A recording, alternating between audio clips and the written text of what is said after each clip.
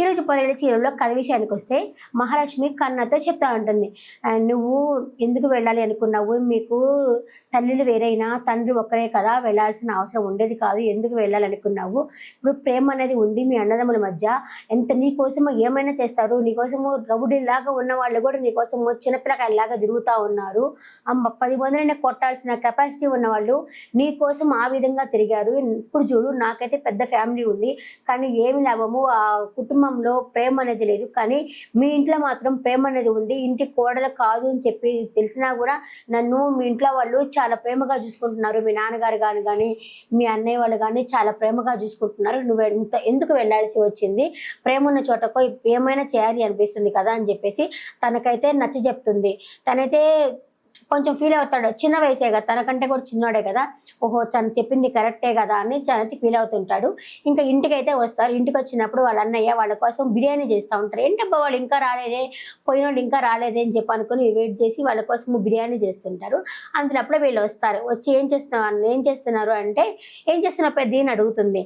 అడిగితే బిర్యానీ చేస్తున్నాం కన్నా కోసం అంటే, ఏంటి కన్నా కోసమేనా, నా కోసం ఏం చేయట్లేదా అంటే, అదేమ్మా మనందరి కోసము, కన్నా కొంచెం అప్సెట్లో ఉన్నాడు కదా, అందుకే తనకి బిర్యానీ చేస్తున్నాను నేను, ఇంకా ఏమన్నా చెప్పు కావాలంటే కన్నా, నీకు బొబ్బట్లు కావాలా, పాయసం కావాలా, ఇంకేమన్నా కావాలంటే చెప్పు నేను చేసి పెడతాను అని చెప్పి పెద్ద వచ్చి ఎంత ప్రేమ చూసారే, ఇష్టమైన వాళ్ళ కోసం ఏదైనా చేయడానికి రెడీ అయి ఉన్నారు.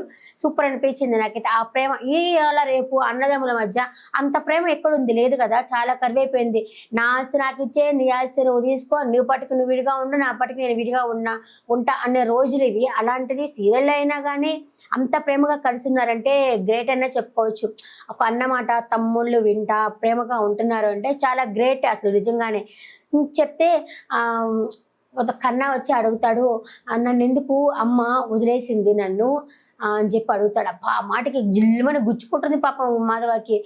ఎందుకు వదిలేసింది, ఇప్పుడు పేగుబంధం అనేది చాలా గొప్పది అంటారు కదా, ఒకవేళ నాన్నే ఆవిడని చంపేశారా, లేకపోతే నాన్న ఆవిడని పెళ్లి చేసుకోలేదా, నాన్న ఆవిడని కొట్టేవాడా, ఏం చేసేవాడు, అలాంటప్పుడు నన్నెందుకు వదిలేసింది ఆవిడ అని చెప్పంటే వాళ్ళకు కూడా ఏం తెలుసు, వాళ్ళకు కూడా తెలియదు కదా. నాకు ఏమీ తెలియదు కన్నా, నాకు ఒకటి కనిపించింది, చిన్నపిల్లడుగా నిన్ను మాత్రము చూసుకోవాలని మాత్రమే కనిపించింది, అది అలా మాత్రమే చేశాను.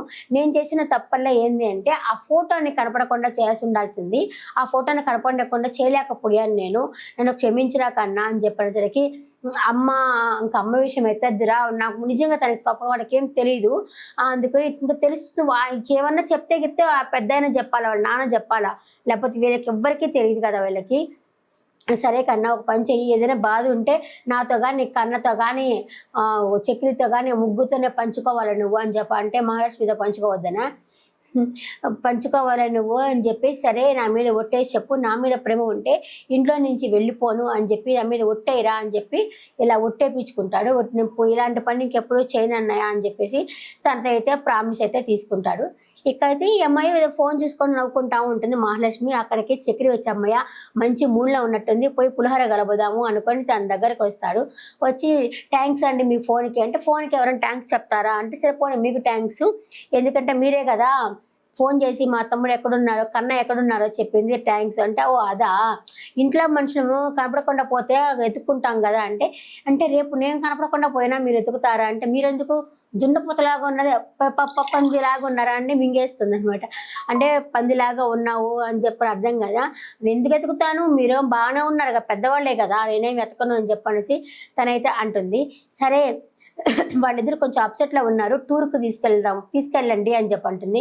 ఏమి మీరు రారంటే, నాకు పెద్దగా బయటకు వెళ్ళే ఇష్టం లేదు, మీరు మాత్రము వాళ్ళని మాత్రం బయటకు తీసుకెళ్ళండి అనేసరికి అతను అనుకుంటాడు, 100 150 నిన్ను కూడా బయటకు తీసుకెళ్లాల్సిందే అని చెప్పి అనుకుంటాడు. వెళ్ళి ఇంకా వాళ్ళ అన్నయ్య దగ్గరికి పోతాడనమాట. జ్యూస్ తీసుకెళ్ళి, అన్నయ్య ఇదిగో ఈ జ్యూస్ తాగు అంటాడు. ఇప్పుడు నువ్వేం పెంటపడడానికి వచ్చినావురా నువ్వు అంటే, లేదు మహాలక్ష్మి అనింది టూర్కి వెళ్దాము అని చెప్పేసి, వెళ్దామా అని చెప్పేసరికి, నాకు సెలవు ఉంటుంది, సెలవు దొరకదు కదరా, పని ఉంది కదా అంటే, నీ పని ఏమో అంత కష్టమేం కాదులే, తర్వాత అయినా చేసుకోవచ్చులే, వెళ్దాము, ఇది నేను ఇచ్చిన సలహా కాదు మహాలక్ష్మి ఇచ్చే సలహా అని చెప్పేసరికి, మహాలక్ష్మి అని చెప్పేసరికి అవునా అయితే సరేలే అని చెప్పేసి అని అంటాడు. తర్వాత వచ్చేసి కన్నా దగ్గరికి పోతాడు. కన్నా దగ్గరికి పోయేసి, నాకు సెలవు ఇవ్వట్లేదురా బాబు వీళ్ళు కావాలి అంటే అని చెప్పేసరికి, ఎందుకన్నయ్యా, ఎందుకు అని అంటే, టూర్ వెళ్దాం అనుకున్నాము, అందరం ఓకే అన్నాము, అన్నయ్య కూడా ఓకే అన్నాడు అనేసరికి, అన్న కూడా ఓకే అన్నాడా అయితే సరే అంటే, ఒక్కరిదే లేకుండా ఒకరి దగ్గరికి వెళ్ళి వాళ్ళు ఒప్పించే ప్రయత్నం చేశాడు ఇతను అనమాట ఎవరు చక్రి. పర్వాలా చక్రికి మంచి టాలెంటే ఉంది ఈ విషయంలో మాత్రం.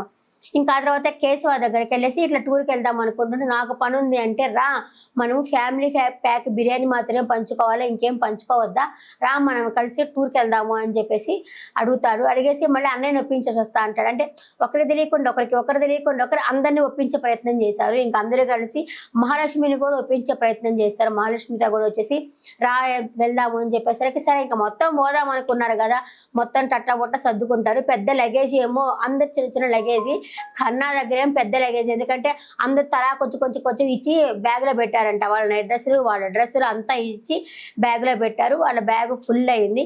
సరే ఇంకా బయలుదేరదాం అనేసరికి మహాలక్ష్మి చెప్తుంది, ఆయన మీ నాన్న కూడా పిలువు, ఇది ఎండాకాలము, మీ నాయన్ని ఇక్కడ వదిలిపోవడానికి లేదు అంటే, ఆయన ఇక్కడ తాగి ఊరుకుంటాడులే పదండి అని చెప్పంటే, అందుకే కష్టము, తాగి ఊరుకుంటాడు అనుకుంటే ఎట్లాగా, వెళ్దాం పదండి, అందరం కలిసి పోదాం పదండి చెప్పి బయటకు వస్తారు. బయటకు వచ్చేసరికి వాళ్ళ అన్నయ్య వాళ్ళ నాన్న ఉన్నాడనమాట. అరే లేడేంది వాళ్ళ నాన్న అని చెప్పి వాళ్ళ నాన్నకి ఫోన్ చేసరికి ఆయన కారు తీసుకొని రెచ్చిపోదాం బ్రదర్ అనుకుంటా ఒక షాట్ వేసుకుంటా వస్తాడనమాట. వచ్చేసరికి అబ్బా సూపర్ అని చెప్పి మహాలక్ష్మి కూడా అంటే మహాలక్ష్మి వాళ్ళ నాన్నే, తన నాన్న లేరు కదా, తను ఒక నాన్నలాగా ఫీల్ అవుతా ఉన్నట్టుంది మహాలక్ష్మి వచ్చేసి. పోదాం పదండి అని చెప్పేసి ఇంక అందరూ ఒక కారు ఎక్కేసి సరదాగా బయలుదేరుతా ఉండేసరికి మధ్యలో ఒకడు కారుకి అడ్డము బైక్ వేసుకొని వస్తాడనమాట. వచ్చి మీకు నేను స్పేస్ ఇవ్వా అనుకుంటా వచ్చేసరికి వీళ్ళు ఇట్ట కాదు నీ పని అని చెప్పి వాడు కారు మధ్యలో ఆపేసరికి వాడి కారు తీసుకొని వాడు బైక్ తీసుకొని కొంచెం దూరం వెళ్ళిపోతారనమాట. ఫన్ అనమాట అక్కడ కొంచెం వాడిని ఏడిపించినట్టు ఉంటుందంటే, సరదాగా ఇంట్లో ఫ్యామిలీ మొత్తం పోతా ఉన్నారు కదా, సరదాగా ఉంటుంది అని చెప్పేసి ఫన్. ఇంకా వాళ్ళు ఒక దగ్గరికి పోతారు, దిగుతారు, 1000 రూపాయలు చెప్పిన సన్ గ్లాసెస్ బేరం ఆడతారు, 100 రూపాయలు తీసుకుంటారు, కూలింగ్ గ్లాసెస్ బిల్డప్ కోసం పెట్టుకుంటారు. ఇంకా మామ కోడలు వచ్చేసి ఇట్లా స్ట్రైట్గా ఇలా ఫొటోస్ దిగుతారు, సెల్ఫీస్ దిగుతారు. సూపర్ అనిపించింది ఇది కదా. అందుకే అంటారు ఇంట్లో ఒక ఆడపిల్ల ఉండాలి, ఆడపిల్ల ఉంటే ఎవరినైనా మార్చేస్తారు, ఎవరికైనా క్లోజ్ అవుతారు అబ్బా ఇంట్లో. అందుకే కోడలైనా సరే కూతురులాగా చూడాలంటారు. ఈ కాలంలో అత్తయ్య అక్కడ చూస్తున్నారులే కానీ కోడల్ని కూతురులాగా. ఇంకా ఆ విధంగా సరదాగా ఫొటోస్ దిగుతారు. వాళ్ళు ఆశ్చర్యపోతారు, అబ్బా ఏందబ్బా అంత సరదాగా దిగుతున్నారా ఫొటోస్ అని చెప్పేసి మిగతా అన్నదమ్ములంతా ఆశ్చర్యపోతారు. అంతే జరిగింది ఈరోజు. మనం ఇంకా రేపటి ఎపిసోడ్లో చూడొచ్చు.